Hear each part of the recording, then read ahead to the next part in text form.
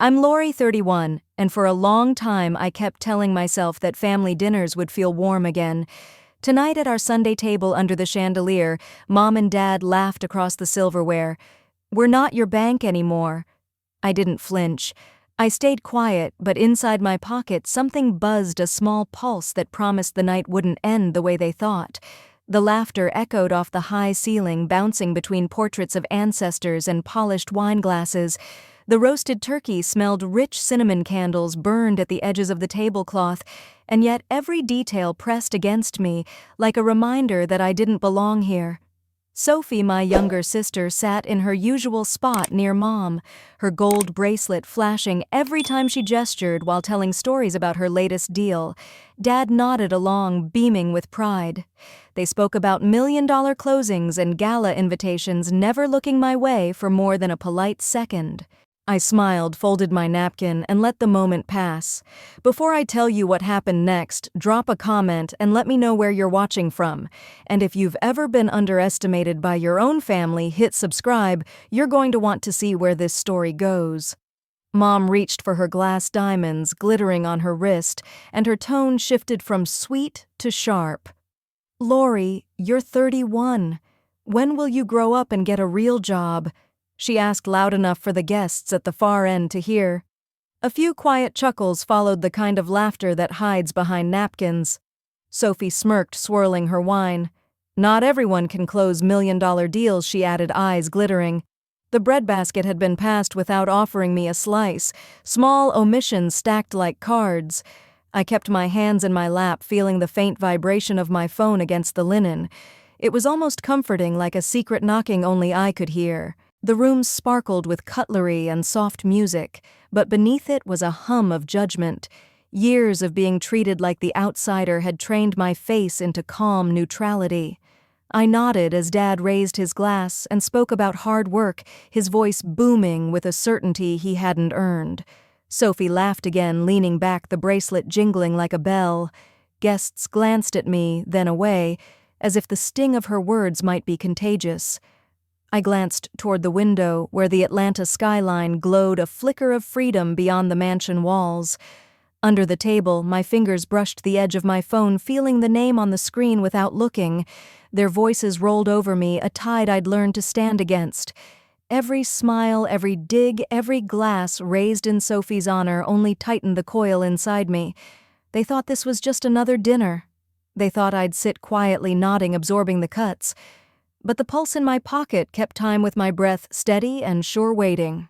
The silver knives whispered against porcelain as the servers cleared the first plates. I sat still, watching reflections dance on the polished surface of the table. Mom's perfume drifted over in a wave of nostalgia, mixed with disappointment. Every move of hers was deliberate, folding her napkin with sharp edges, tapping her finger against the stem of her wine glass like a metronome. Each tap seemed to punctuate a judgment I'd heard my whole life. Across from me, Sophie leaned closer to Mom, sharing a private joke. Their shoulders brushed, bracelets clinked, laughter spilled like champagne.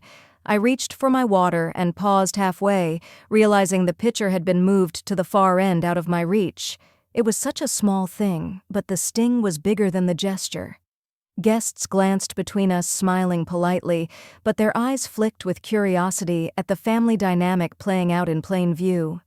I breathed slowly, counting each inhale. The chandelier above sent prisms of light across my plate.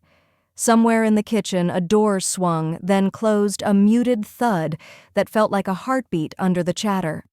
Dad launched into another story about Sophie's grit in closing deals, his booming voice filling the space. "That's what success looks like," he said, gesturing at her. The compliment landed on me like an accusation. I smoothed the edge of my napkin, pretending to listen, my phone still buzzing once every few moments, a soft reminder that there was more to this night than their version of me. My lips curled in a faint smile, not for them, but for myself. The smell of roasted turkey mixed with candle wax and November air leaking from a cracked window. Outside, the skyline blinked like a secret code. Mom's gaze cut toward me again, sharper this time. "It's embarrassing, honestly," she said, lowering her voice just enough to make the guests lean in. "You're not cut out for this startup nonsense." Sophie's laugh followed high and sharp, then a sip of wine, then silence. I didn't answer. I kept my eyes on my water glass, tracing the rim with my finger, listening as forks resumed their quiet clatter. Inside, I felt the coil tighten one notch more. My heartbeat and the phone's vibration found the same rhythm. I straightened in my chair, shifting just enough to catch my reflection in the dark window, calm face, steady eyes, a hint of a smile. They didn't notice. They never did. Not yet. The laughter at the table grew louder as the second course arrived, each chuckle landing like a pebble in a still pond. I stayed in my seat, my hands folded on my lap, watching steam curl from the sweet potatoes. Sophie's bracelet jingled with every animated gesture, a little bell ringing out her victories. Dad leaned forward, voice booming. "Your sister knows what success looks like, Lori. You need to stand on your own 2 feet. Mom raised her glass and nodded along her diamond, catching the light. "We've been too soft on you," she added loud enough for the guests to hear. I kept my expression, neutral eyes fixed on the window where the Atlanta skyline winked back at me. My phone buzzed again, a longer vibration this time, the screen lighting up briefly under the linen napkin. I didn't pull it out yet. Instead, I reached for my water glass, letting the cold condensation settle into my fingers as Dad launched into another story about Sophie's deals.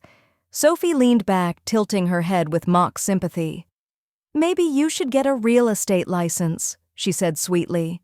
"Then you could actually contribute to this family."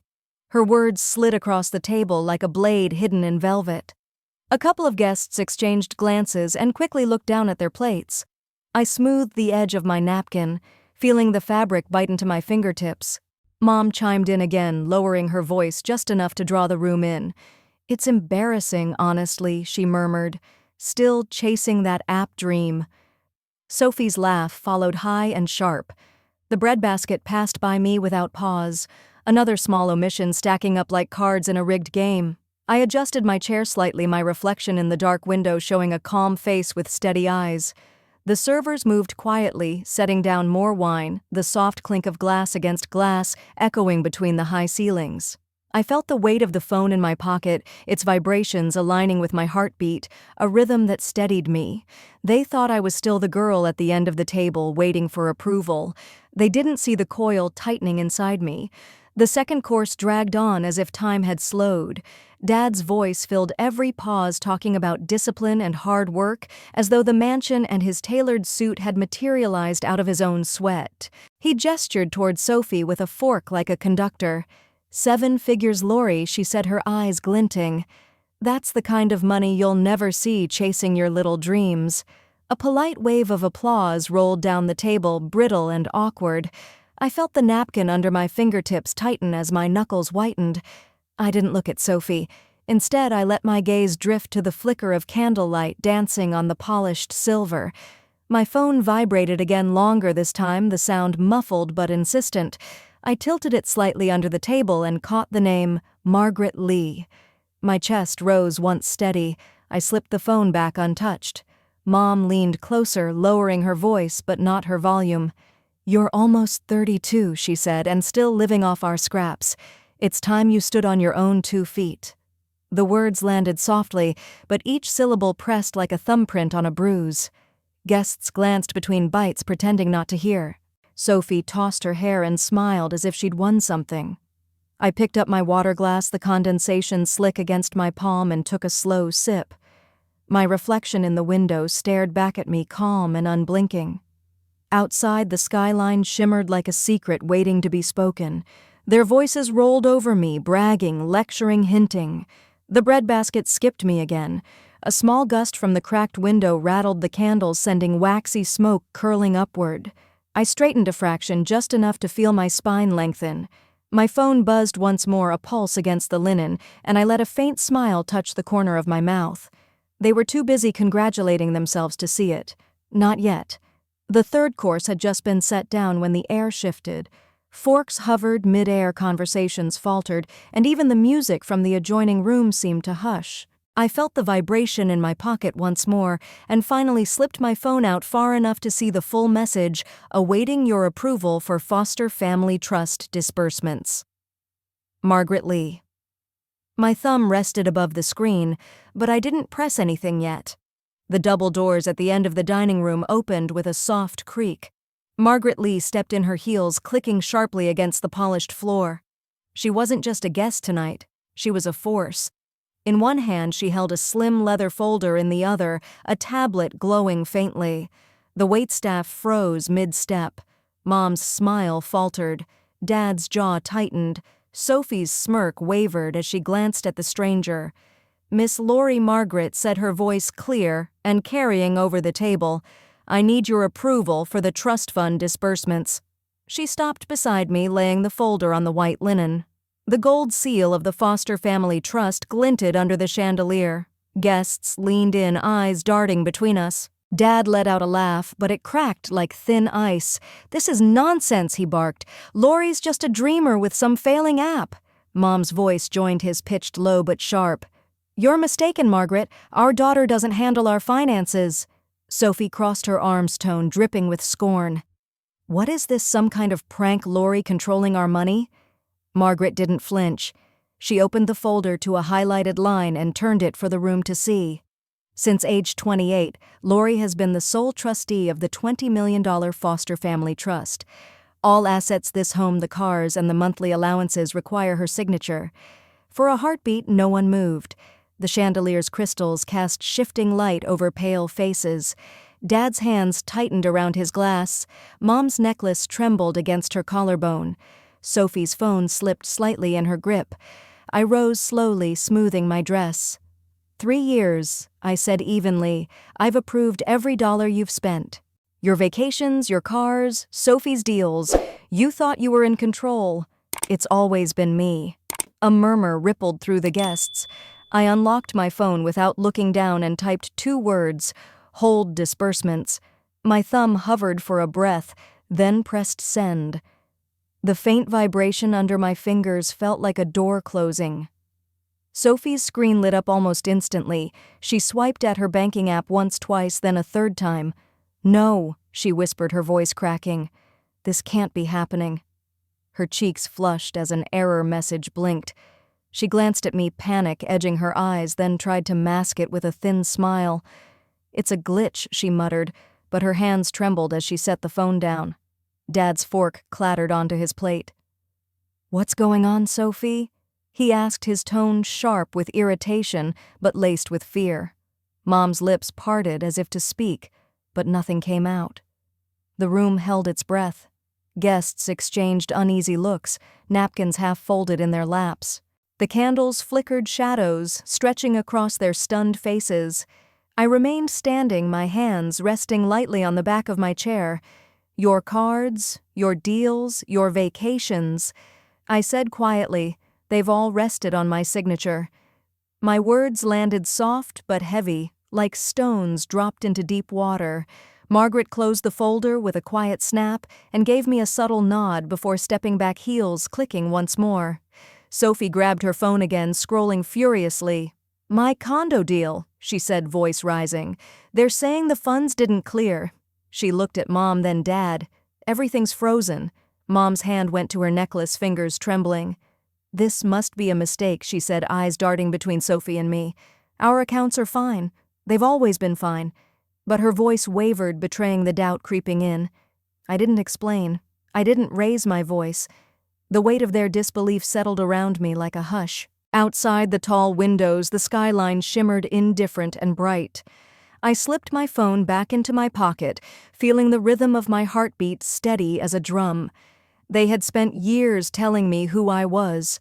Tonight, without a single shout, I was showing them who held the cards. The buzz of conversation died completely. Even the waitstaff had retreated to the edges of the room, eyes down. Sophie's bracelet no longer jingled. Mom's diamond caught the light but didn't sparkle. Dad's face was pale, his jaw slack. Around the table, the sound of breathing was louder than words. Their laughter had stopped, and in the silence, they finally saw me. Silence wrapped the room like a heavy cloth. Even the flicker of the chandelier seemed slower, softer, as if the house itself had stopped to listen. I stayed standing, my hands resting on the back of my chair, feeling the smooth wood under my palms. Mom stared at the tablecloth as though answers might appear in the pattern. Dad's fingers were laced together tightly, knuckles white. Sophie clutched her phone like a lifeline, scrolling but finding nothing to save her. I drew in a slow breath and let it out. "The trust," I said quietly, "is being redirected into my company. The one you called a joke." No dramatics, no raised voice, just the truth laid bare in the center of the table. Mom gasped softly. Dad's hands unclasped and fell to his lap. Sophie's shoulders sagged. The room itself felt smaller, the air dense with what was left unsaid. I didn't tell them about the taxes coming due, the deals falling apart, the clients walking away. I didn't need to. The documents Margaret had shown were enough. Instead, I reached for my coat draped over the back of my chair and slid it on, smoothing the sleeves.